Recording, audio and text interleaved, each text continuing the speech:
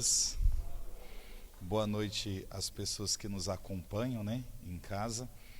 Que Deus possa estar direcionando os passos de cada um em direção a esse caminho de perfeição.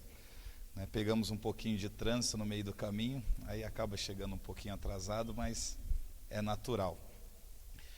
Na verdade, nós estamos dando continuidade, hoje nós entramos nas terceiras moradas, nas segundas moradas, na verdade, tem que ir, não pode acelerar nada, E para quem está nos acompanhando, é uma proposta de um caminho de perfeição, de tantos que existe na igreja, como graça, como direcionamento.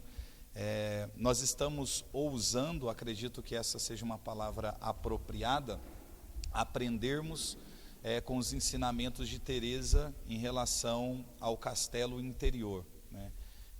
A partir do momento que a gente tem essa coragem, essa ousadia de mergulhar dentro do nosso interior e desvendando tudo aquilo que tem reservado em cada um desses ambientes que Teresa fala a respeito das moradas, entendendo que a nossa alma é o próprio castelo, o nosso corpo as muralhas desse castelo, e o nosso Senhor que é o Rei que mora no centro desse castelo.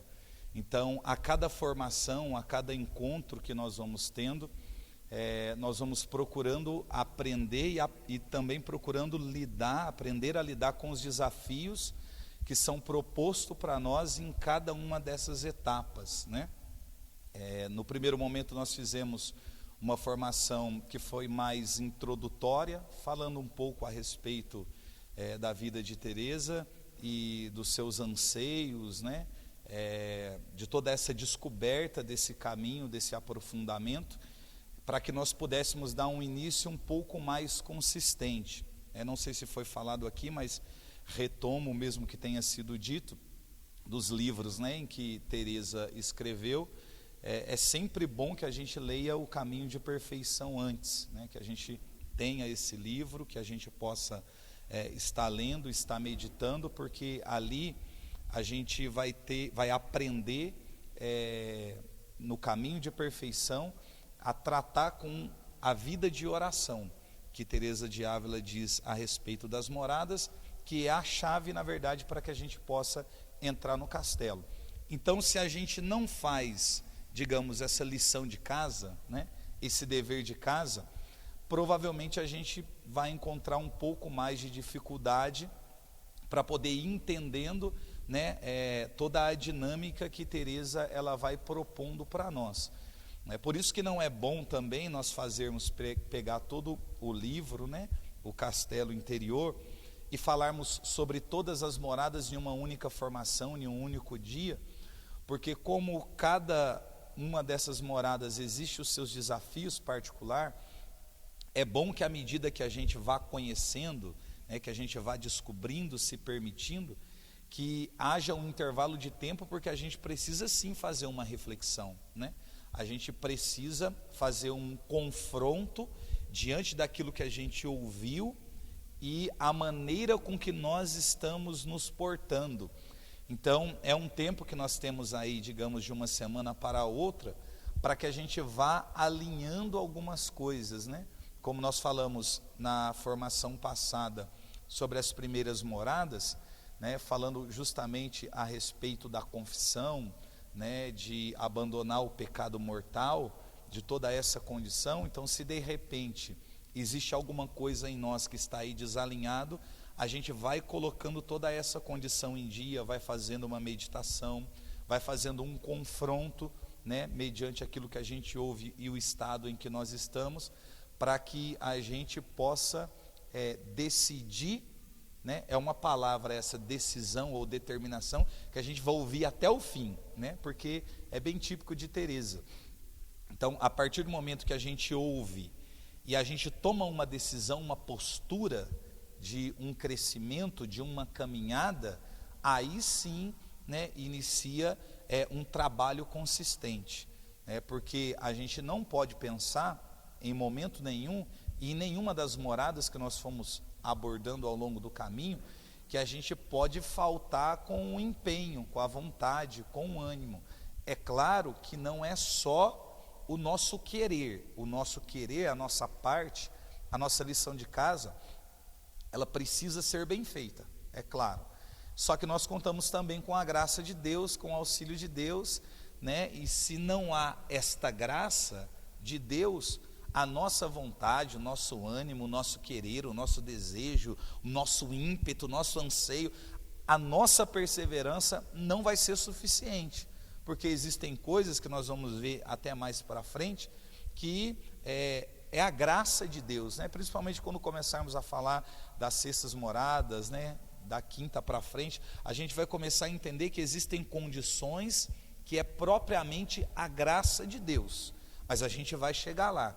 Mas no passo em que nós estamos, é uma exigência que nos é feita, e aí entra um probleminha, porque são poucos os que conseguem corresponder, né? São poucos os que conseguem prosseguir, quando na caminhada que é feita, que é iniciada, a gente esbarra com alguma exigência, com algo que exige de nós postura, mudança, conduta, reflexão.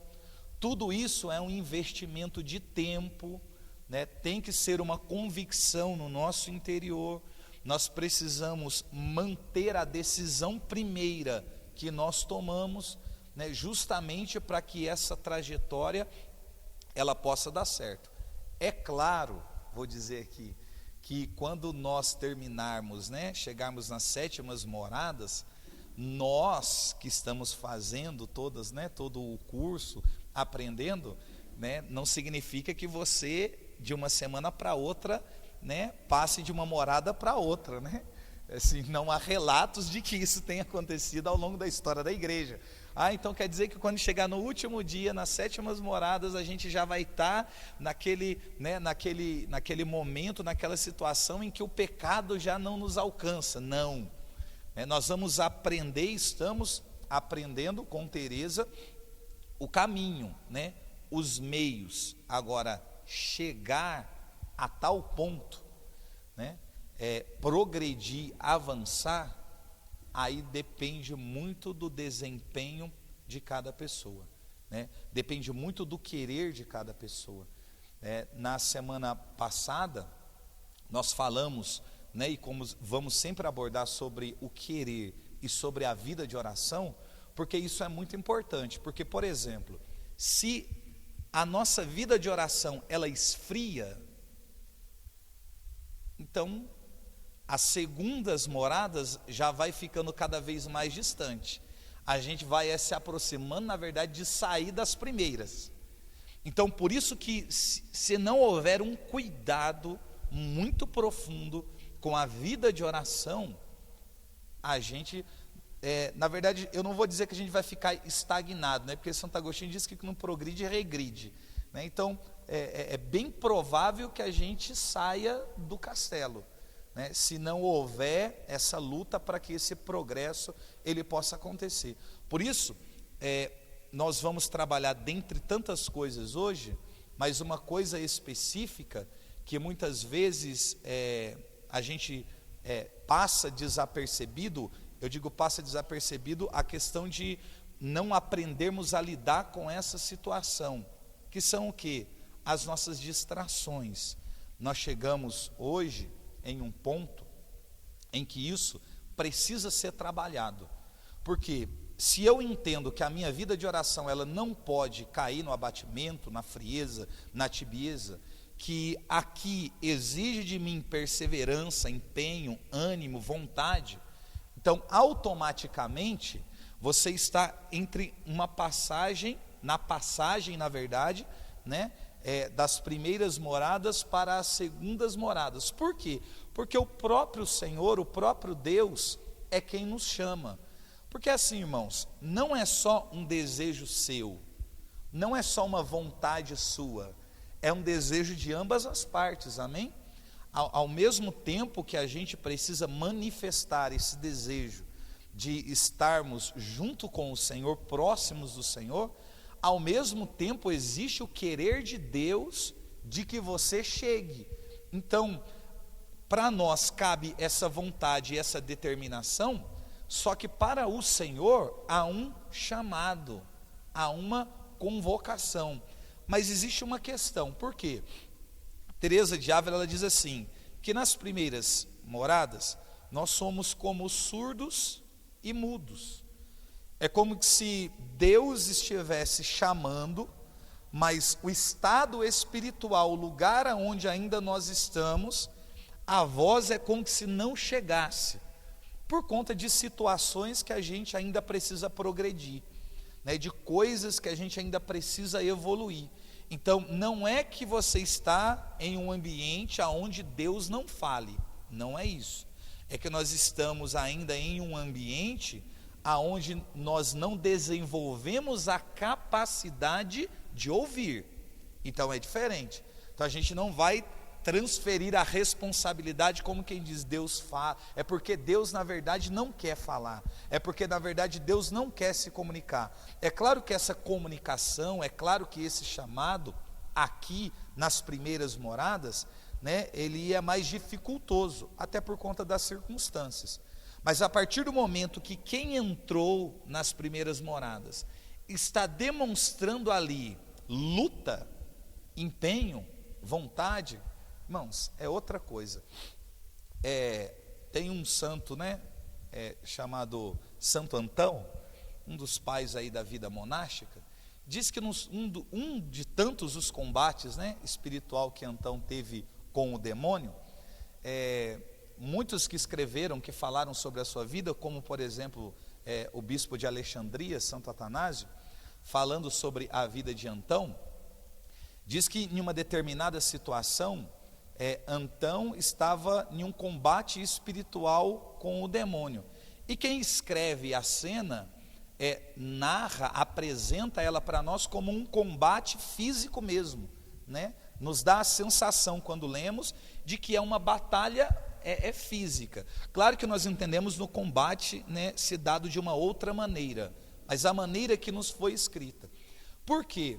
Porque nesse momento em que Santo Antão, né, Antônio do Egito, ou Antão do deserto, como ficou conhecido, que Santo Antão, ainda que dentro de uma gruta, lutando com o demônio, em um combate espiritual, diz que nesse combate ele começou a perecer, começou a perder o combate, e chegou um determinado ponto do combate, onde o combate já avançava, que Antão percebeu a presença do Senhor, de Jesus, e aí Antão fez a pergunta: há quanto tempo o Senhor está aí?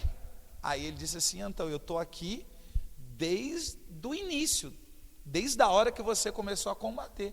Aí Antão ficou revoltado e disse: mas como assim? O Senhor chegou no início da briga, me viu apanhar todo esse tempo e não fez nada? E aí Jesus respondeu para Antão: é porque eu gosto tanto de te ver lutar. Por mais que ele estivesse perdendo naquele momento o combate, né, entre aspas aí, o Senhor não quis isentá-lo da luta. Irmãos, isso é muito bonito, porque ao mesmo tempo o próprio Deus entende que essa resistência e essa persistência, por mais que o combate esteja desfavorável, e você está insistindo e persistindo em combater, isso agrada muito a Deus. Por quê? Porque Ele encontra ali uma alma valiosa, uma alma grande, uma alma que não se dobra, que não abandona o combate. Então o próprio Deus entende que a qualquer momento você pode vencer, que a qualquer momento essa situação pode ser transformada, modificada. Então é esse sentimento, é esse desejo de luta que precisa existir dentro do nosso coração. Então não é só o desejo de orar, de buscar a Deus, de adotarmos as nossas práticas espirituais quando tudo coopera a nosso favor.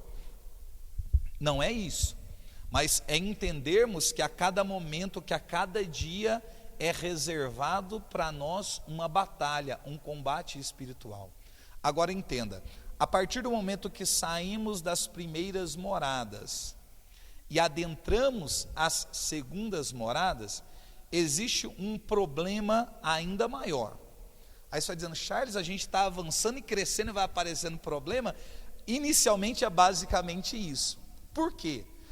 Porque quando há este avanço, por exemplo, quando a gente entra nas primeiras moradas, a gente fica ainda naquela questão, né, do pecado mortal. Então a pessoa está ali, ela entra, daqui a pouco ela sai, daqui a pouco ela vai, confessa, reconcilia, ela entra, aí não mantém um ritmo de oração, acaba tropeçando e cai, então sai. Então fica ali, a pessoa é muito inconstante ainda, né? Ela está muito vulnerável, é tudo muito inicial, muito prematuro. Então esse entra e sai se torna algo muito comum. Agora, quando há o progresso das primeiras para as segundas moradas, é como se o demônio olhasse para nós de maneira diferente. Por quê? É como se nas primeiras moradas até então, você perdesse, entre aspas, para você mesmo. Não que não há uma ação do mal. Claro que sim, Teresa explica.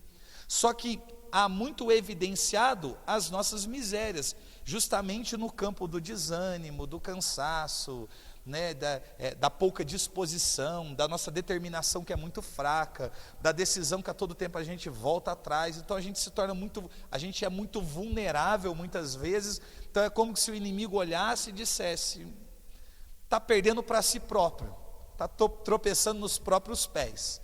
Agora, quando há essa passagem, que é na verdade um estreitamento, porque essa passagem é muito difícil, mas quando acontece essa passagem, é como se você tivesse dito com esse passar das primeiras para as segundas moradas, que você é uma alma valiosa. Não que as outras não são, não é esse o sentido, mas eu digo no sentido da luta, de alguém que está ali, que perseverou mesmo nas dificuldades, né, de alguém que travou batalha dia após dia, de alguém que cuidou para que não caísse nos pecados que caía anteriormente, de alguém que brotou no seu coração o desejo de agradar a Deus. Então, quando há essa passagem, irmãos, é como se o demônio olhasse e dissesse, preciso cuidar para que ela não avance, ou para que ele não avance, porque ele entende que esta alma que fez essa passagem das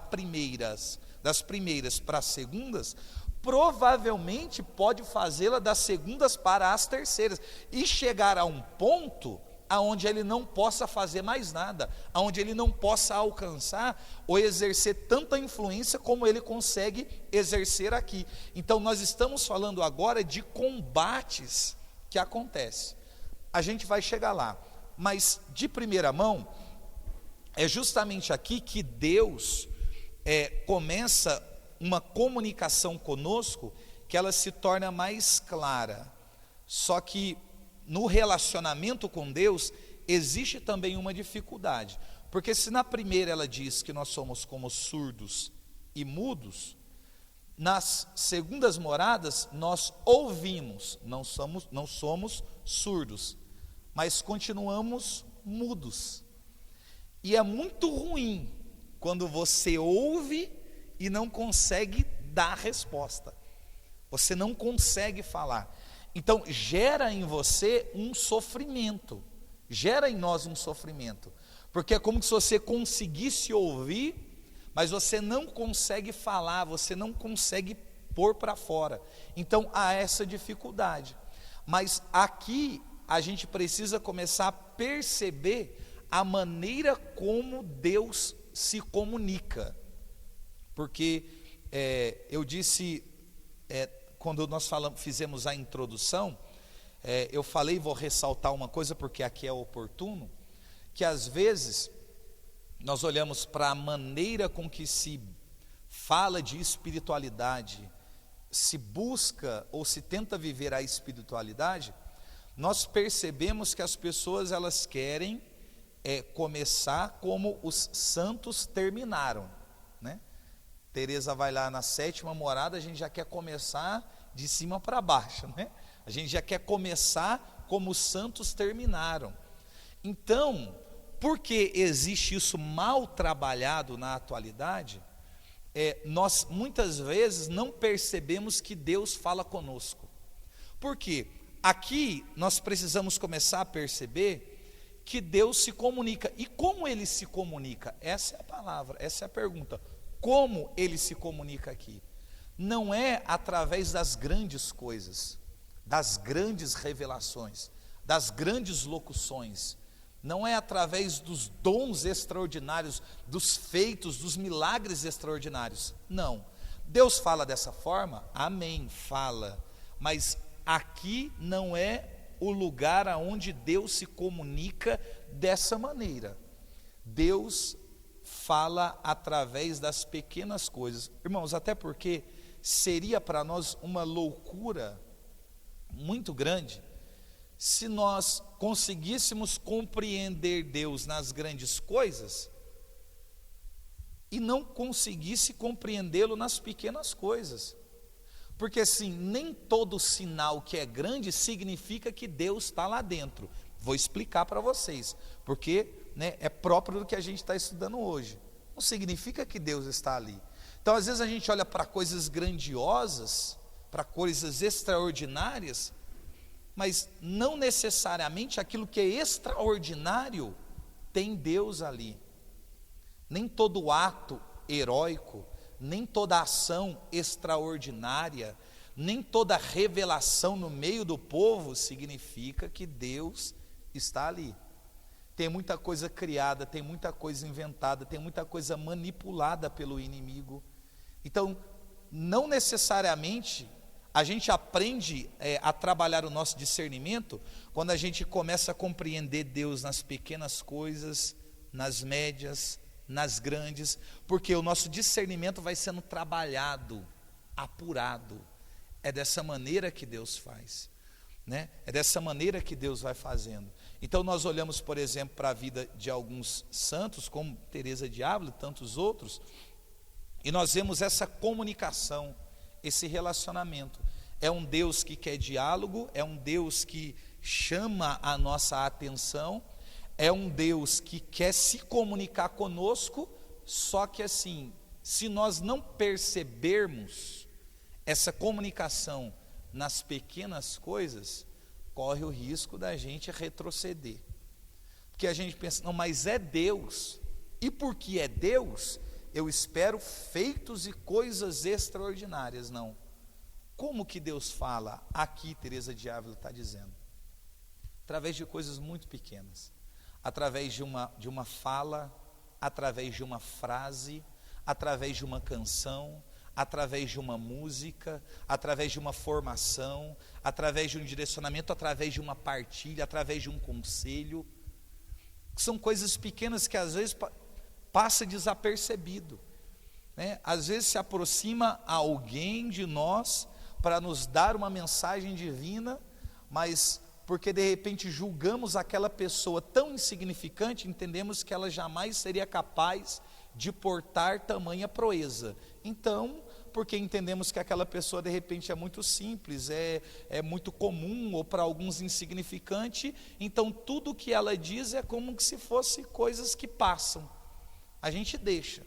Ah, não, Porque vocês já perceberam? Às vezes acontece assim, a pessoa vai lá e fala, a gente não dá ouvido, mas vem alguém que de repente tem uma expressão, ou é mais conhecida, ou é mais benquista do que aquela primeira pessoa. Aí ela diz exatamente o que a outra disse. Aí a gente resolve prestar atenção. Por quê? Porque de repente a outra pessoa é importante. Eu estou dizendo isso porque assim, às vezes as pessoas me ouvem e querem dizer, nossa, que bonito o que o Charles disse. Só que às vezes não é diferente daquilo que você está ouvindo de um tanto de gente.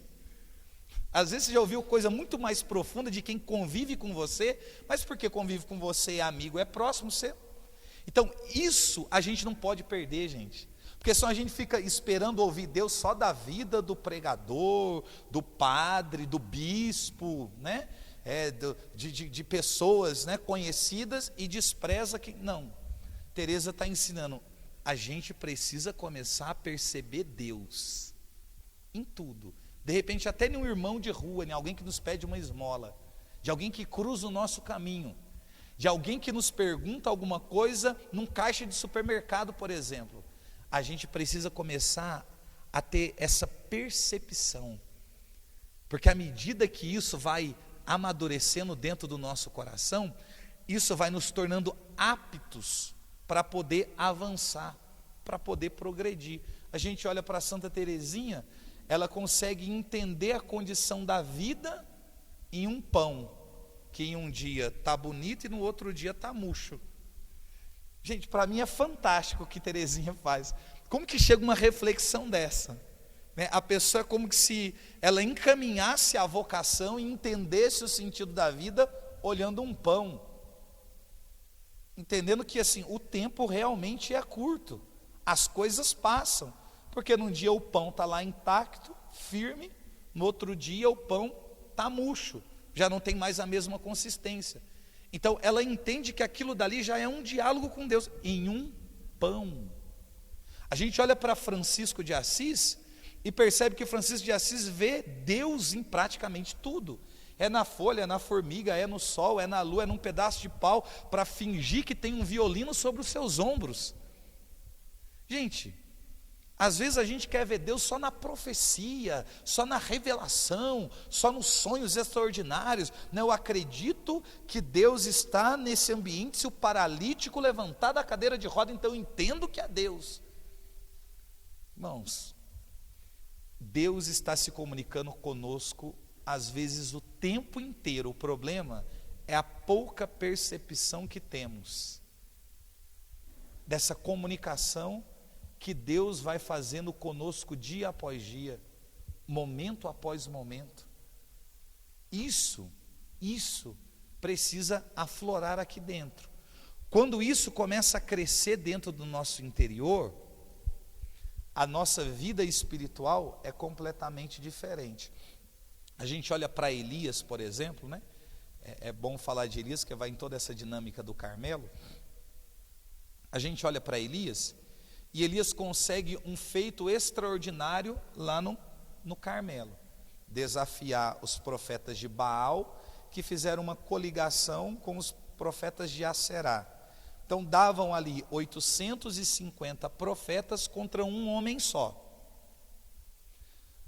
Aí os 850 profetas, no desafio contra Elias, o que eles dizem? O Deus que responder pelo fogo, que é uma ação extraordinária, e consumir todo o altar, nós entendemos que é o Deus verdadeiro. Elias está de um lado, 850 profetas de outro. Inicia a oração os 850, praticamente o dia inteiro, rezando, gritando, fazendo aquilo que era típico deles. Aí Elias ainda, sarcasticamente diz: gritem, porque de repente o Deus de vocês está dormindo. E aí vocês gritando, ele acorda e pode responder a oração. E aí eles elevam a voz e nada, começa a se flagelar, o sangue descer pelo corpo e nada. Aí quando chega o momento de Elias, até porque ele tentou quase que o dia inteiro, 850 e nada resolveu, Elias piora o desafio. Ele diz: cava a valeta em volta, afunda ela, enche de água, molha a madeira, piora tudo. Só que ele é um único homem. Aí ele faz uma oração que, se você contar na Bíblia, dá aproximadamente 8 segundos, de 7 a 8 segundos. Gente, como que 850 profetas rezam o dia inteiro e não acontece nada? E Elias, em uma oração de 8 segundos, acontece. Aí você pode me dizer: Charles, porque Elias serve o Deus verdadeiro, os outros servem os falsos deuses. Sim, mas até Elias, que serve o Deus verdadeiro, ele tem que ser alguém que agrada muito a Deus para ter uma oração atendida em 8 segundos, gente. Porque são 8 segundos. Quem é aqui que fez uma oração e foi atendido em 8 segundos? Diante de 850 profetas em uma plateia. Às vezes a gente está rezando há 10 anos, 5 anos, 6 anos e a resposta não veio. E às vezes aquilo que a gente reza está pior, não é? E esse camarada conseguiu em 8 segundos ter a resposta. Mas não é aí que eu quero chegar. Aí é o feito extraordinário. Aí ele recebe uma ameaça de Jezabel, foge para o deserto, se coloca debaixo de um junípero e deseja a morte. O que a gente percebe em Elias? Uma oscilação no seu relacionamento com Deus. Aqui, ele tem coragem de zombar de 850 profetas. Aqui, ele agrada tanto Deus, que em 8 segundos, Deus responde à oração.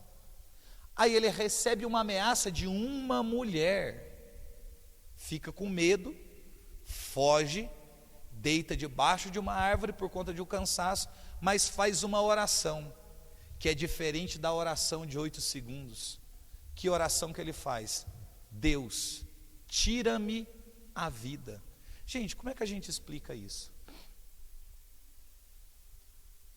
Se a gente olhar para a vida dos homens de Deus, as mulheres de Deus, os santos da igreja, a gente vai perceber essa oscilação, porque é muito difícil a pessoa que, olha, eu entrei, né, fiz todo esse caminho de perfeição, então a minha vida foi só avanço, só progresso, só crescimento, só maturidade, eu não tropecei, eu não caí, eu não resvalei, eu não desanimei, foi só crescimento. Não, não existe isso, gente, não existe.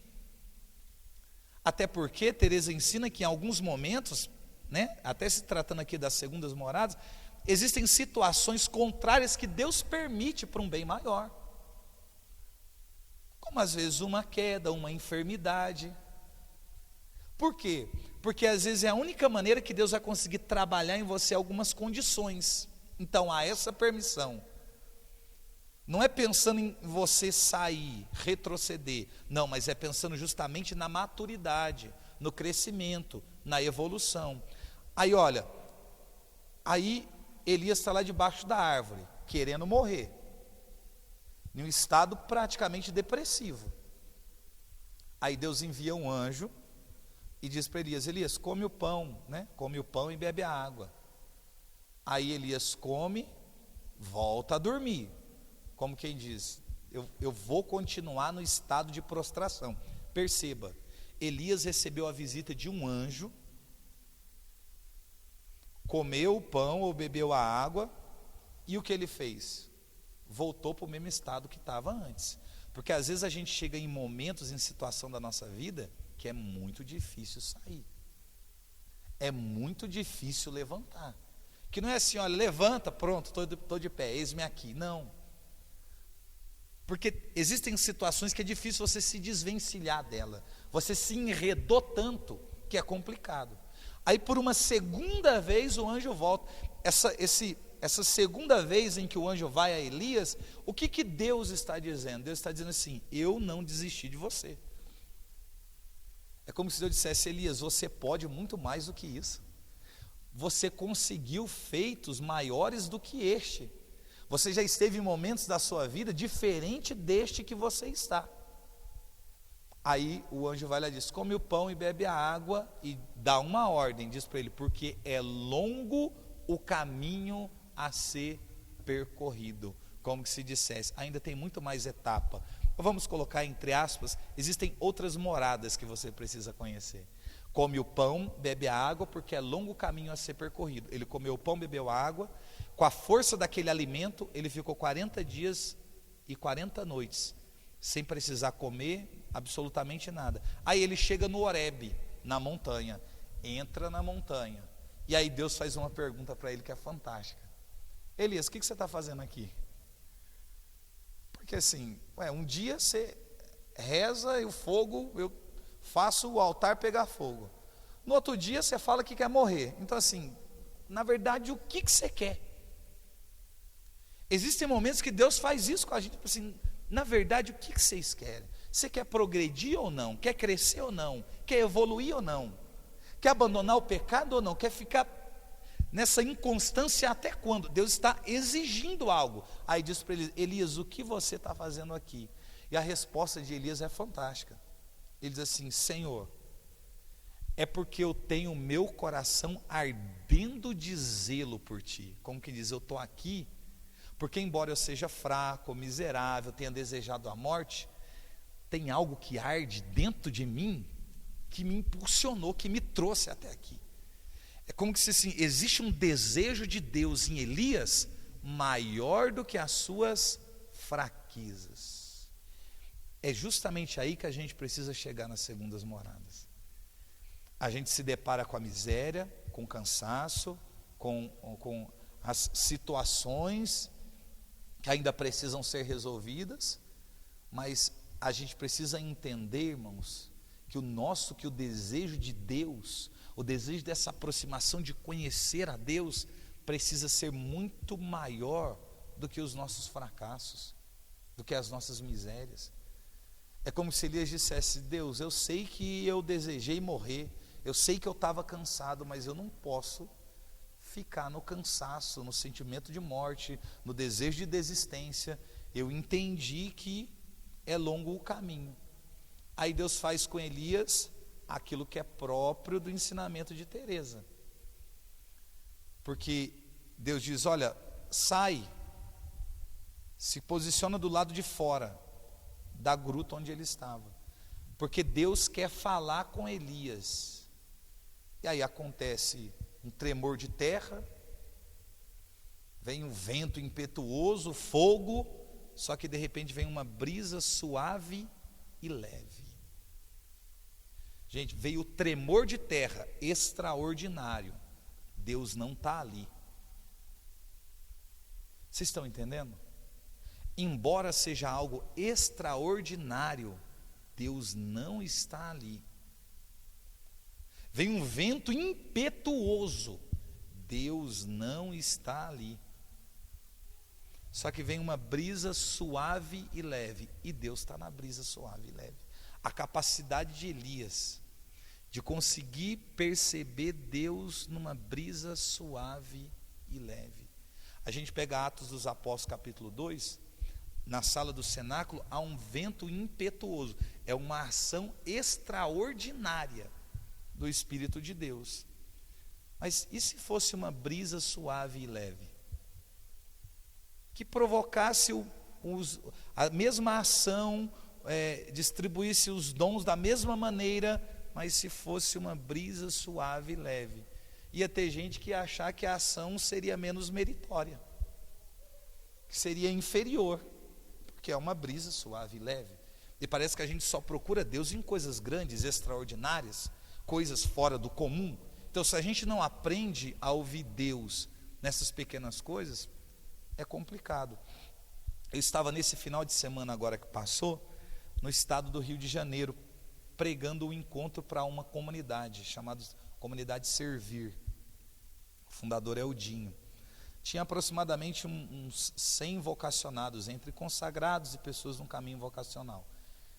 Eu fiz 7 pregações lá, com muito custo, porque pregar 7 pregações em 2, 3 dias exige muito da gente.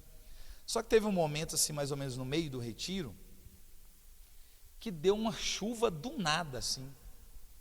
Eu fui começar a pregação, acho que eu ia pregar até sobre Samuel, e no fundo eu percebi que choveu muito. E assim, a sensação que nós tínhamos, pelo menos ali dentro, não era a sensação de que o tempo estava fechado, ou aquele ventinho que você vê que vem trazendo chuva e aquela coisa. Então, eu ali na frente, já iniciando para pregar, eu olhei para a chuva com estranheza, tipo assim, nossa, mas chovendo? Tá para a chuva, o tempo tá bom. Só que deu uma chuva, foi até que rápida, parou, continuou o momento. E aí eu fui ao banheiro, me dirigindo para o banheiro, veio uma mãe com, não sei se era sobrinho, se era filho, enfim, mas uma criança do tamanho do meu menino, de uns 3, 4 anos, pequenininho, e falou assim: diz para o pregador o que foi que vocês fizeram na capela. Aí eu fiquei olhando, uma criança, né? Assim, a gente tem sempre aquele sentimento, vai falar uma coisa bonitinha, né? Porque é uma criança, né? Aí ele não conseguia falar, aí a pessoa explicou, ele falou: não, Charles, é porque juntou ele e mais outras 2 crianças, eles estavam jogando bola aqui, né? Porque enquanto a gente estava no encontro, eles estavam ali, criança. E a bola que eles estavam caiu dentro de um cano, assim, no chão. E quando a bola cai no cano, ela entra lá dentro do cano, não tem como tirar, só você quebrar o chão e arrancar o cano. Então, quando que essa bola sai de lá?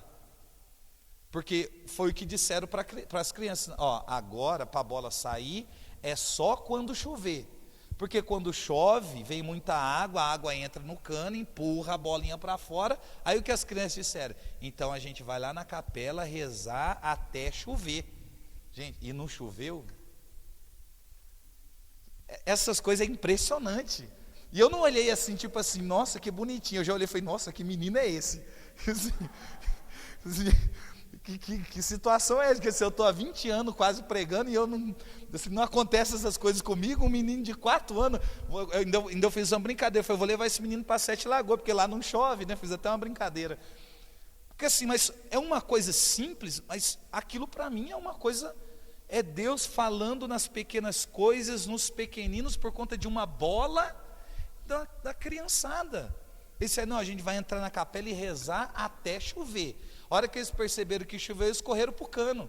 Como que diz, Deus vai devolver a bola, vai trazer a nossa alegria de volta, a nossa brincadeira. Vocês estão entendendo, gente? É perceber Deus nas pequenas coisas. Se a gente não nascer em nós, não desenvolver isso em nós, fica muito complicado. É por isso que nas segundas moradas, a gente tem que tomar muito cuidado com essa ação do demônio, como diz Teresa, em relação a isso. Porque à medida que isso vai sendo percebido, há um progresso, uma evolução. Então, como o demônio não quer que você cresça, que a gente evolua, que a gente passe de uma morada para outra, ele vai fazer de tudo para que você não perceba essa ação de Deus. Então, de que maneira o demônio vai agir? Tentando te distrair. Tentando te distrair. Existem distrações que são provocadas por nós mesmos, amém? Porque assim, não adianta a gente pegar tudo e atribuir tudo ao diabo, se bem que ele merece tudo de ruim, né? Assim, também não dá para, mas assim, por uma questão de maturidade, não dá para dizer que tudo é do diabo, não. Existem distrações que somos nós que provocamos, Existem situações que nos tiram a atenção, que somos nós quem provocamos uma situação. Às vezes é uma falta de preparo para a oração, é o ritmo que nós impomos à nossa vida, que tudo é muito corrido, então o tempo que te sobra é tudo muito mal feito, né? A oração é muito empurrada, muito de qualquer jeito, né? É aqueles cuidados que muitas vezes nós não temos em preparar um ambiente adequado, gente, né? O dicionário de mística fala muito sobre isso, que a partir do momento que eu desejo buscar a Deus, relacionado a essa experiência, a essa espiritualidade mística. Quando eu digo espiritualidade mística, logo o povo pensa assim, não, levitar, êxtase espiritual, as chagas. Não, não é só isso não, eu falo do amor incondicional a Deus, desse desejo, dessa proximidade com Deus, né? Que muitas vezes a gente não vê isso como uma condição mística. O que o dicionário de mística diz? Que a gente precisa criar um ambiente que seja sacro, que te remeta à oração, né? Que tenha ali tudo um ambiente muito bem preparado, ali às vezes com né, a imagem do seu santo de devoção, a sua Bíblia, o seu terço, um lugar mais silencioso, mais tranquilo, né? Pega o celular, desliga, deixa fora do ambiente, porque não adianta nada a pessoa estar rezando, chega a mensagem no WhatsApp, aí dá uma olhadinha para ver se é importante, né? Então assim, ao mesmo tempo que consulta Deus, consulta o WhatsApp, o telefone. Gente, existem distrações que nós provocamos ela o tempo inteiro, não tem como, não tem jeito. Vocês estão entendendo? Então existem situações que muitas vezes é uma luta que nós travamos contra nós mesmos,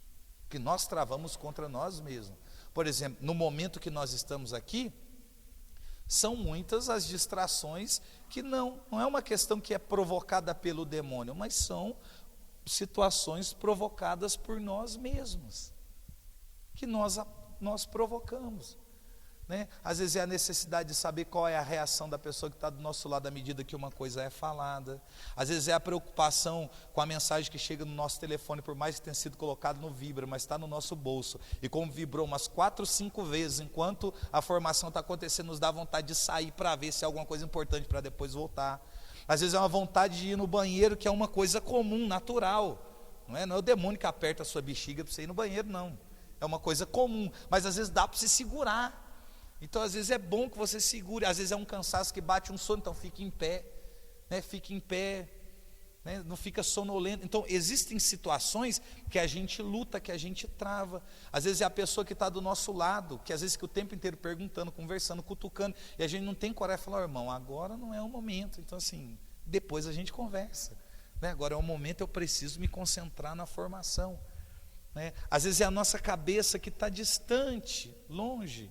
A gente está pensando se quando voltar para casa se vai ter comida, como que vai ser o trabalho amanhã, porque a formação está avançando na hora e você vai ter que acordar 5 horas da manhã, você começa a pensar no trabalho, no despertador, na noite de sono que de repente vai ser ruim. Então você está com a cabeça em outro lugar. É como se você não estivesse inteiro aqui, né? É por isso que a gente não pode fazer tudo de uma vez só, tudo de qualquer maneira, tudo empurrado. A gente tem que fazer com muito cuidado, a gente tem que fazer com muita seriedade, muito bem trabalhado. A gente precisa prestar atenção em tudo, né? Entender, não, Deus está falando comigo, Deus está se comunicando comigo. Então existem distrações que são provocadas por nós mesmos, existem outras que são provocadas sim pelo demônio. Algumas insinuações, alguns tipos de pensamento, algumas questões que realmente são provocadas pelo demônio. Para quê? Para que você não progrida, para que você não perceba Deus, para que você ache que tudo é comum, que tudo é assim mesmo, que é só mais um dia, que é só mais um momento, que Deus, não, Deus se fosse se comunicar com você, falaria de outra forma, de outra maneira. Irmãos, é nas pequenas coisas, né? A gente olha para Santo Antão, como eu disse, ele se converteu e entrou para o caminho de perfeição quando ouviu um versículo dentro de uma leitura na homilia. Antão, um analfabeto, não sabia nem ler nem escrever, só tinha acesso às Sagradas Escrituras na missa, porque não podia fazê-lo, né? Pela deficiência que tinha, por não poder, não saber nem ler nem escrever. Tinha no coração desejo de agradar a Deus, mas não sabia como. Aí na missa o padre disse, falando do jovem rico, quando chega na parte que diz, se queres ser perfeito, vai, vende o que tem, dá aos pobres e me segue. Gente, ele ouviu isso. Ele não ouviu 15 pregação, ele não ouviu 50 músicas, ele não fez 18 retiro. Não, ele ouviu isso. E essa palavra que ele ouviu fez com que ele ingressasse num caminho de perfeição, iniciasse praticamente a vida monástica e se tornasse um grande santo da igreja. São Francisco Xavier ouviu de Santo Inácio as seguintes falas: que adianta ganhar o mundo inteiro e vir a perder a sua alma? Aí Francisco falou, mudou o homem, se tornou patrono das missões. Segundo quem estuda muito sobre Francisco Xavier, o homem que mais teve dons espirituais, o homem das ressurreições, patrono das missões junto com Santa Teresinha, ouviu uma fala. Gente, quanta coisa a gente escuta e não muda, quanta exortação a gente escuta e não muda, quanta canção a gente ouve e não muda, quanto livro a gente lê e não muda, quanta formação a gente tem e às vezes tem essa dificuldade de mudança. Esses homens ouviram palavras e tomaram uma decisão de ingressar no caminho de perfeição e ir até o fim. Tiveram dificuldades, tiveram problemas, tiveram as lutas, as exigências particulares propriamente de cada um, mas foram até o fim. Então, esse sentimento precisa existir em nós. Mas para que a gente não progrida, vai vir o quê? As insinuações do demônio, as distrações. Então, se a gente não cuidar dessas distrações, Deus fala, a gente não percebe. Deus corrige, a gente não percebe. Deus chama, a gente não ouve. Por quê? De repente a gente está ocupado demais, está distraído demais. Não adianta estarmos aqui fisicamente só. Eu vim, eu não faltei um dia. Mas a questão não é ter vindo todos os dias. A questão é ter conseguido absorver, ter aceitado aquilo que foi proposto e ter lutado com bom ânimo em direção ao chamado que Deus ele nos faz. Aqui nas segundas moradas é onde exige de nós uma outra coisa: vida interior. Vida interior. É conhecer a ti mesmo. É o crescimento. Agora sim, irmãos, quem tem disposição do autoenfrentamento? Quem tem disposição do autoenfrentamento? Eu já disse aqui em uma outra oportunidade, e torno a dizer porque é oportuno, né? É São Paulo da Cruz. Na sua quarentena, para escrever as regras da sua fundação, dos passionistas, chegou um momento que o santo vai dizer assim: descobri que eu sou pior do que o demônio. Gente, um santo vai dizer assim: descobri que eu sou pior do que o demônio. A gente pode olhar e falar: nossa, mas que frase é essa? Como assim? O demônio é aquilo que de pior existe. Gente, a luta que nós travamos, mais árdua, não é contra o demônio, gente. É contra nós mesmos. É contra nós mesmos. À medida que eu fui me conhecendo pelo menos um pouco, eu fui perdoando pessoas que conviveram comigo. Por quê? Porque à medida que eu fui me conhecendo, eu fui descobrindo que eu sou um oponente muito difícil, muito duro. Então, se eu estou tendo muita dificuldade comigo, imagine as pessoas que passaram pela minha vida. Vocês estão entendendo? Você consegue perdoar situações, pessoas, você entende, né? Porque você vai descobrindo o quão miserável você é, o quão orgulhoso você é, o quanto há falha em você, o quanto você precisa melhorar, o quanto você está distante de ser santo. E aí quando você descobre, você fala: meu Deus, eu não estou conseguindo mudar essas coisas. Aí você descobre que você é um oponente muito difícil, porque você se pega tentando enganar você mesmo, você se pega tentando ludibriar você mesmo, mentindo para a sua consciência. Você se pega em alguns momentos tentando se convencer de que aquilo não é tão sério, não é tão grave, não é daquele jeito. Então você percebe que você é melindroso, entendeu? Você percebe que há muita, desculpa eu usar essa expressão, mas é a palavra, muita malandragem na gente ainda. Então você vai percebendo que há essas coisas, mesmo você estando na igreja 5 anos, 10 anos, 15 anos, 20 anos, mas porque isso nunca foi trabalhado, você vai encontrando os fragmentos dessas coisas em você, e aí você entende e fala assim: não, realmente eu sou muito difícil. Eu achei que eu era bom, eu achei que eu era companheiro, achei que eu era amigo, achei que, né, eu era compreensivo, achei que eu era humilde. Aí você descobre que de humilde você não tem nada. Aí você olha para as pessoas que de repente você culpava por confrontos que vocês tiveram lá atrás, de repente você transferiu a culpa dizendo que elas eram intolerantes, isso ou aquilo, você as perdoa, porque você olha e fala assim: então, gente, coitado desse povo, porque assim, eu não estou conseguindo lidar com as minhas misérias. Vocês estão entendendo? É quando você deixa de olhar para os outros, para o que disseram, para o que fizeram, para o que falaram, para o que comentaram, para o que... Não, você olha para você e fala: aonde eu errei, aonde eu preciso melhorar, quais foram as minhas falhas, as brechas que eu dei, quais são os meus limites. Você vai identificando e procurando trabalhar cada uma dessas condições. Agora, como isso se dá? Através, de novo, da vida de oração.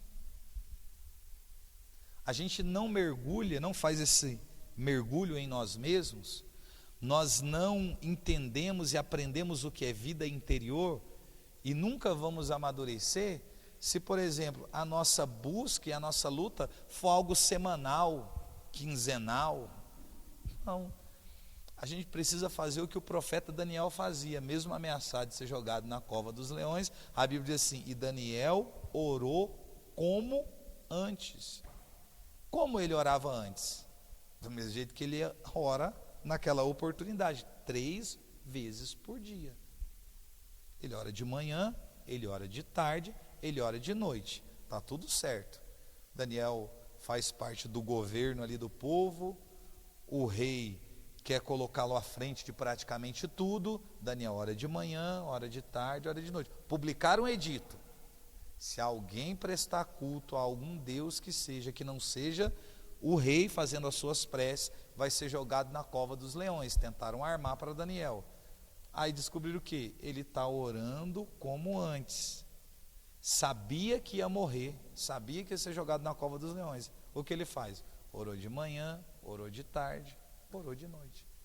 Quando foi jogado na cova dos leões, não aconteceu nada com Daniel. Porque a Bíblia diz que Deus enviou os seus anjos que fecharam a boca dos leões. Aí o rei grita: Daniel, será que o Deus que tu adora com tanta fidelidade poderá ter te livrado da boca dos leões? Lá embaixo Daniel responde: Senhor, vida longa ao rei. Os leões não me fizeram mal algum, porque aos seus olhos eu era inocente, porque contra ti também, ó rei, eu não cometi falta alguma.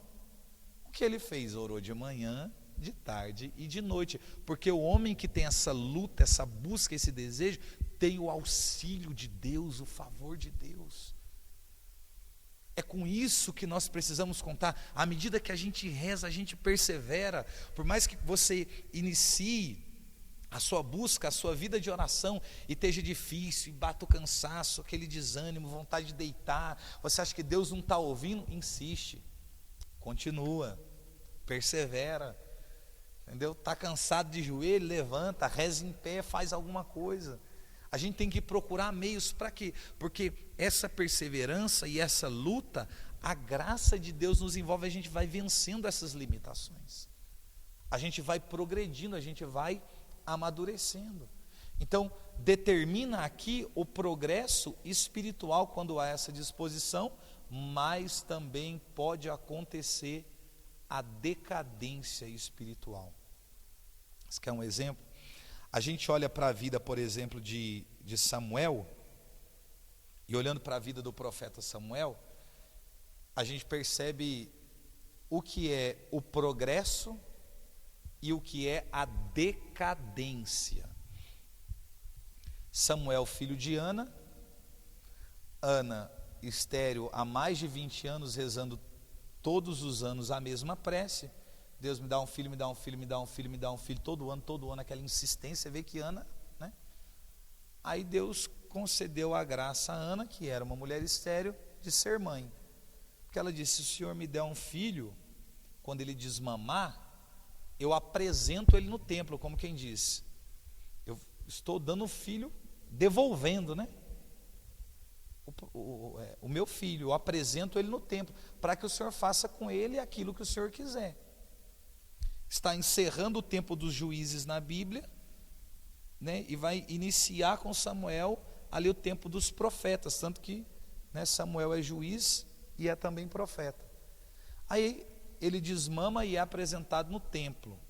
Gente, a gente lê a Bíblia, nesse trecho, é fantástico, porque quem era a autoridade espiritual sobre o povo? Um sacerdote chamado Eli. Eli era o homem da intimidade, o homem do contato, o homem da proximidade, o homem da comunhão com Deus. Ele é o sacerdote. Os filhos de Eli são os responsáveis de dar continuidade, ou seja, é uma família de sacerdotes, ou seja, os filhos vão assumir o lugar do pai. Então é como se aquela casa já tivesse sido destinada para que eles pudessem, né, cuidar não só do templo, mas eles herdariam os filhos o quê? O relacionamento com Deus, a intimidade com Deus. Imagina, é uma bênção sobre uma família. Só que acontece uma coisa, a Bíblia diz assim: a vista de Eli enfraqueceu, estava perdendo a visão. A perca da visão consiste em que você não enxerga mais nitidamente, é turvo. Eli está com perca de visão. E Samuel é um menino que está no templo. Qual é a função de Samuel? Samuel abre e fecha o templo, Samuel limpa o templo, Samuel cuida dos utensílios do templo, Samuel serve no templo. É a função de Samuel, ele é um menino. Os filhos de Eli cresceram, e ao invés de seguir um caminho de santidade, a Bíblia diz que eles se prostituíam com as mulheres que serviam na entrada da tenda de reunião. A tenda de reunião foi um lugar que Moisés construiu fora do acampamento. Por que fora do acampamento? Porque é um lugar que remete à intimidade, então não pode ser ali no meio de todo mundo. Então, como segundo Flávio José, era aproximadamente 2 milhões de pessoas, você pôr a tenda no meio do acampamento, privacidade praticamente nenhuma. Então ele construiu fora, a uma certa distância, é o que diz a Bíblia. Como quem diz, quem quiser falar com Deus, vá à tenda de reunião fora do acampamento, que é um lugar de intimidade. Olha o que Moisés fez, gente. Preparou para ele um lugar de intimidade com Deus, chamada tenda de reunião. Ali Moisés ia, a Bíblia diz que ele se entretinha com Deus e falava com Deus face a face. Quando Moisés saía, diz que o povo nem sequer olhava para Moisés, de tanto aquela glória de Deus impregnada no rosto de Moisés. Mas quando Moisés estava lá dentro, diz que a nuvem de Deus descia da glória de Deus e se colocava na entrada da tenda, como se fosse uma porta fechando, se colocava na entrada da tenda a nuvem da glória de Deus. E nessa nuvem da glória de Deus, que é chamada de treva mística, ali Deus se comunicava com Moisés. Dali Moisés ouvia a voz de Deus e tinha esse relacionamento. Na entrada da tenda de reunião, a nuvem descia. Gente, os filhos de Eli estão se prostituindo com as mulheres que servem no lugar aonde essa nuvem vem. É sério. É muito sério. Porque eram para ser 2 homens de Deus, de cuidar da santidade. Eles estão na porta de um lugar santo, onde a glória de Deus se manifesta, se prostituindo. Qual que deveria ser a atitude de Eli? Repreender os filhos. O que ele faz? Finge que não vê. Ele fingiu que não viu, fingiu que não sabia, deixou passar, foi negligente, é a decadência.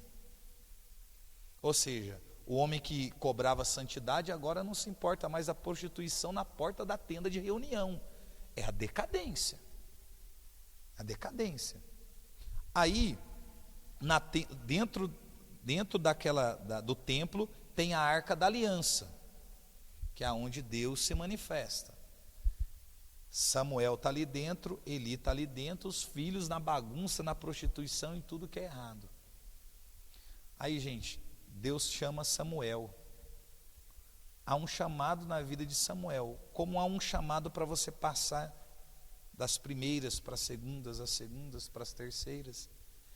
Deus diz assim: Samuel corre até Eli e diz: o Senhor me chamou? Ele diz: não te chamei, volta. Aí ele volta e Deus diz: Samuel. Ele corre até Eli e diz: o Senhor me chamou? Ele diz: não, eu não te chamei, volta a deitar. Pela terceira vez, Deus: Samuel. Aí ele vai lá e corre até Eli: o Senhor me chamou?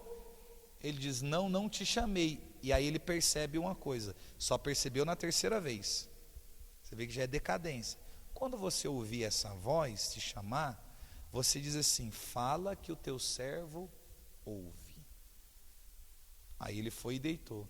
E a Bíblia usa um termo que não representa, na tradução, claro, a veracidade do acontecimento, que diz assim, quando vai falar dessa quarta vez, e Deus chamou Samuel como antes. Não, Deus não chamou Samuel como antes.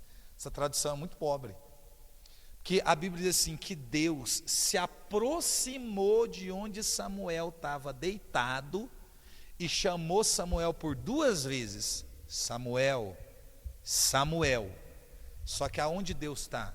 Do lado da cama do menino. Gente, ele é um menino. Só que ele está dentro do templo. E o responsável pelo diálogo é Eli. A decadência na vida de Eli acontece aí. É quando Deus deixa de falar com o sacerdote para conversar com o menino. Deus deixa de ter comunhão com Eli, que é sacerdote, para conversar com o menino que está ali servindo no templo. E você lê o texto, sempre que fala dos pecados dos filhos de Eli, quando fala da negligência de Eli, a Bíblia sempre usa um termo dizendo assim: enquanto isso, Samuel servia no templo.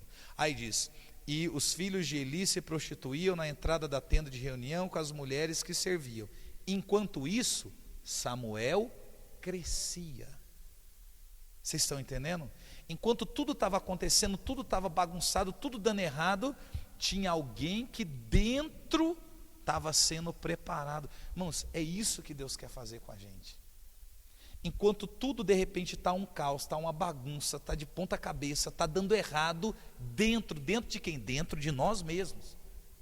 Deus está preparando alguém para quê? Para poder chegar do lado, como chegou de Samuel, e dizer, não Samuel, Samuel, mas chamar o teu nome. Aí Deus diz assim para Samuel, Samuel, olha que coisa linda, gente. Assim, lógico que o discurso é pesado, mas o relacionamento é bonito. Samuel, eu preciso te dizer uma coisa, porque eu vou fazer tal coisa em Israel, que quando o povo souber, eles vão ficar espantados. Aí Samuel diz, o que, Senhor? Eu vou destruir a casa de Eli, porque eu já avisei, eles não consertaram. Aí no outro dia de manhã, ele não quer abrir a porta do templo, para não encontrar Eli. Quem encontra? Eli. Aí Eli diz uma coisa que é típico de quem está na decadência espiritual. O que foi que ele te disse? Não é o que foi que ele te disse. Ele é sacerdote. Sacerdote se porta a Deus como Senhor. O que foi que ele te disse? Como assim ele? Como alguém que já, eu tinha comunhão, não tenho mais. O que foi que ele te disse? Samuel fica em silêncio.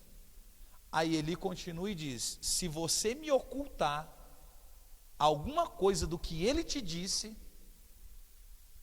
a maldição vai cair sobre você. Pressionou o menino. Aí a Bíblia usa um termo que é fantástico, assim, e Samuel contou tudo o que Deus tinha dito. Aí ele disse, então, que Deus faça aquilo que ele achar melhor. Ele contou tudo o que Deus tinha dito. Deus deixou de falar com o sacerdote para poder conversar com o menino. Charles, o que isso significa? Que Deus quer relacionamento com quem quer.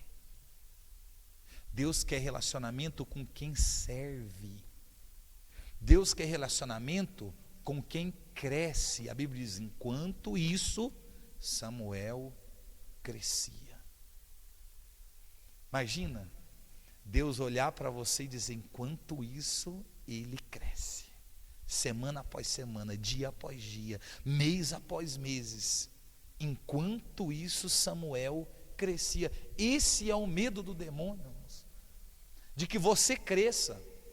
De que você passe agora, claro, das segundas para as terceiras moradas.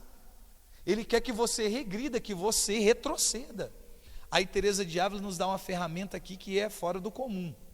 Ela diz que para que a gente combata toda essa ação e haja maturidade, a gente precisa aqui aprender a meditar a paixão do nosso Senhor Jesus Cristo.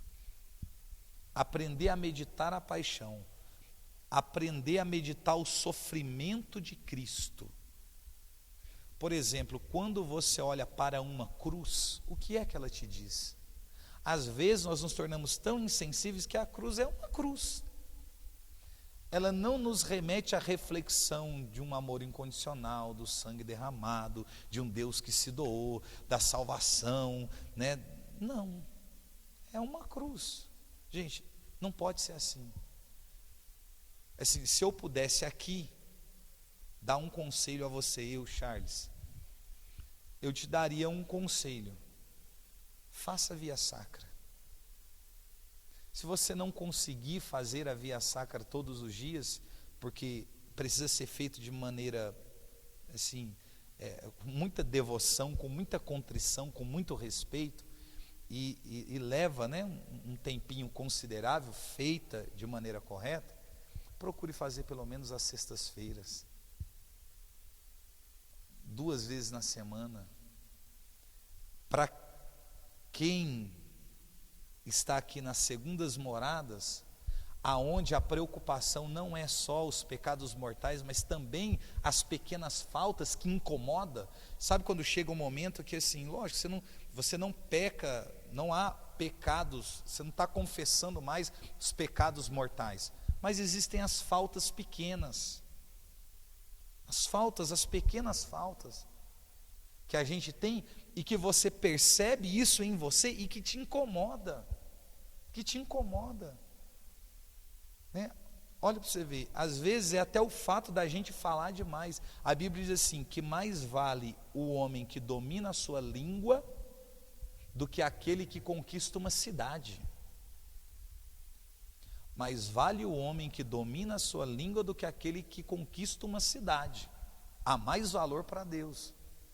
Então, a gente chega em um ponto onde as pequenas faltas, os pecados veniais, por mais que eles sejam evidentes, gera em nós incômodo, porque a gente está querendo progresso. Então você não está cometendo aqueles pecados que você cometia outrora e que você teve que confessá-los e lutar para não tornar a confessar, mas existem as pequenas faltas que precisam também ter uma luta contra elas, um progresso, né? São Bernardo de Claraval diz assim: nós percebemos que estamos trilhando o caminho de santidade quando nasce no nosso interior, muitas vezes, em abrir mão até daquilo que não é pecado. Olha o que diz São Bernardo de Claraval. Ah não, mas isso não é pecado. Eu sei que não é pecado, mas eu não quero. Porque tem coisa que não é pecado, mas não convém. Tem coisa que não é pecado, mas não é oportuno. Tem coisa que não é pecado, mas eu não quero. Porque eu entendo que mesmo não sendo pecado, pode gerar uma circunstância de pecado para alguém. Gente, eu me lembro até hoje, vou encerrar, eu devia ter uns 2 anos na igreja, caminhando, era jovem, em grupo de oração, e eu tinha um costume que era um costume de menino. Eu tomava tubaína, não sei se aqui tem tubaína, eram uns refrigerantes que você viu nas garrafas, essas garrafas, né? E eu gostava de tomar tubaína e comer paçoca, é tipo um hábito, sabe? Você desenvolve um hábito. Então, perto da minha casa tinha um barzinho muito pequenininho, né? Tanto que a mesinha ficava na rua assim, de frente a uma praça, e ali eu comprava, assim, comum, praticamente quase todo dia, ia lá, comprava uma tubaína, comprava umas 4, 5 paçoca, comia paçoca e tomava tubaína. Trem doce demais, não aguento fazer isso hoje mais não, mas na época eu sei por que eu gostava disso, mas eu gostava. E eu lembro que foi assim, o povo me observou fazendo isso, porque assim, a garrafa de tubaína, ela é igual à garrafa de cerveja, o casco. O rótulo está escrito tubaína, mas só que do outro lado da rua as pessoas não lêem tubaína. E se o rótulo está virado para você, eu já não tinha um passado legal, o cara que usava droga, bebia, fazia tudo na bagunça. Aí eu estou sentado na frente de um bar, com uma garrafa que parece de cerveja, mas é de tubaína, comendo paçoca. É típico do cara que gosta de beber e come alguma coisa de tira-gosto. Aí o povo começou a dizer que na verdade eu não estava na igreja coisa nenhuma, e eu fiquei muito bravo, porque assim, não, a minha consciência, eu sei que eu estou tomando tubaína, e me davam aquele copo americano, que é aquele copo tipo de quem toma cachaça, ou cerveja. Então assim, gente, tá na cara que parece que tá assim, embora, mas assim, não convém eu estar na frente de um bar, não convém eu tomar tubaína naquele sistema, daquele formato, vocês estão entendendo? Então assim, Charles, é pecado você tomar um copo de refrigerante? Não, não é. Só que a circunstância gerou raiva em mim, que é pecado, que a minha vontade era de agredir as pessoas, e gerou pecado nas pessoas. Todo mundo começou a me julgar, falou, não, Charles, ele Aí ele vai no grupo, mas bebe todo dia. Ele vai no grupo, mas todo dia à tarde ele está bebendo. Não, mas ele pregou no grupo hoje, mas antes de pregar ele passou no bar e bebeu. Eu falei, mas eu tomei, era tubaína. Mas como é que a pessoa vai saber que o negócio é tubaína? Vocês estão entendendo o que diz São Bernardo de Claraval? É quando a gente começa, sabe, então eu tive que ir cortando algumas coisas. As achar, mas desse jeito a gente não vive. Gente, a gente vive. Porque assim, nas segundas moradas, a gente começa a desenvolver em nós um desejo de santidade, desperta em nós aflora em nós uma liderança, que esse caminho que você dispõe a trilhar, gera seguidores. É aqui que as pessoas começam a olhar para você e te ver como exemplo. Já é nas segundas moradas, como quem diz, nossa, vou chegar perto, nossa, vou acompanhar, nossa, quero ser amigo, nossa, vou fazer a mesma coisa que ele está fazendo, nossa, quero ir nos mesmos lugares. Então, por isso que o demônio se preocupa, porque você não vai passar de uma para outra sozinho. É como se você passasse e levasse um tanto de gente com você. Então, é uma perca muito grande para o demônio. Então, por isso que ele vai tentar te distrair, vai tentar te enganar, vai tentar fazer você esfriar, retroceder, porque ele sabe que você chegou num ponto aonde as pessoas começam a olhar para você e ver esse progresso, essa luta, esse caminho. Porque não é assim, agora só ele não mata, não rouba, não é só isso, não. É até aquelas faltas pequenas, os hábitos ruins, né, as situações que fazia, vai cuidando de tudo, sabe, vai transformando tudo, porque vai incomodando, vai inquietando, vai mexendo, e não é ninguém dizendo para você, olha, isso pode, isso não pode, isso está certo, isso está errado, não, é você mesmo, olhando para você e dizendo, não, eu não estou bem assim, eu não estou bem com essa conduta, eu não estou bem agindo assim, eu não estou bem frequentando esses lugares, eu não estou bem usando essa roupa, eu não estou bem. Você vai modificando, e isso vai chamando a atenção de outros, e de outros, e de outros. Então é como se você levasse muita gente com você. Você está entendendo? Que nas segundas moradas é uma situação de um progresso espiritual muito grande. Há muito mais chances aqui de você progredir do que você retroceder. Há muito mais chances de você progredir do que você retroceder, porque de ter passado das primeiras para as segundas, você já disse com esse gesto que você é firme. Não que você não possa sucumbir, pode, até porque é próprio das segundas moradas a questão do sofrimento, né? Sofrimento em que, Charles? Porque algumas situações Deus permite para poder ainda nos tornar mais fortes, outras porque nós ouvimos e não conseguimos ainda nos comunicar, porque ainda nos falta alguma coisa. Então é próprio aqui nós sermos também lapidados pelo sofrimento,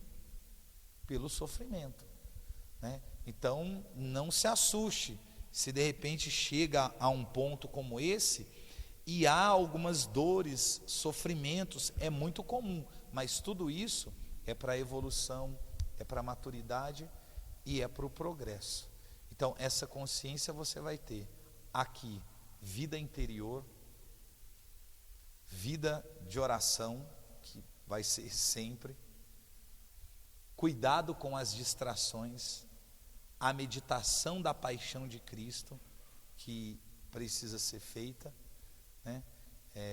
Que a gente precisa desenvolver isso, né? E a consciência do sofrimento, mas também a consciência de que aqui a gente também pode levar muita gente conosco, incentivar muita gente, despertar esse desejo no coração de muita gente.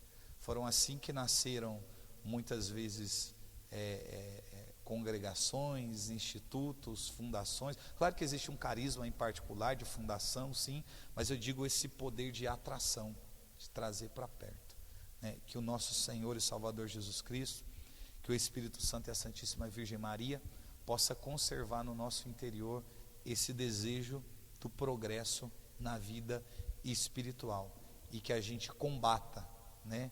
Como diz Teresa de Ávila, de maneira viril, a palavra que ela encontrou para dizer que tem que ser de maneira forte, né, determinada, firme, combater de maneira viril aquilo que precisa ser combatido, né, mas na certeza de que a graça de Deus, ela nos auxilia. Amém? Deus seja louvado. Que Deus possa abençoar a vida de vocês, né?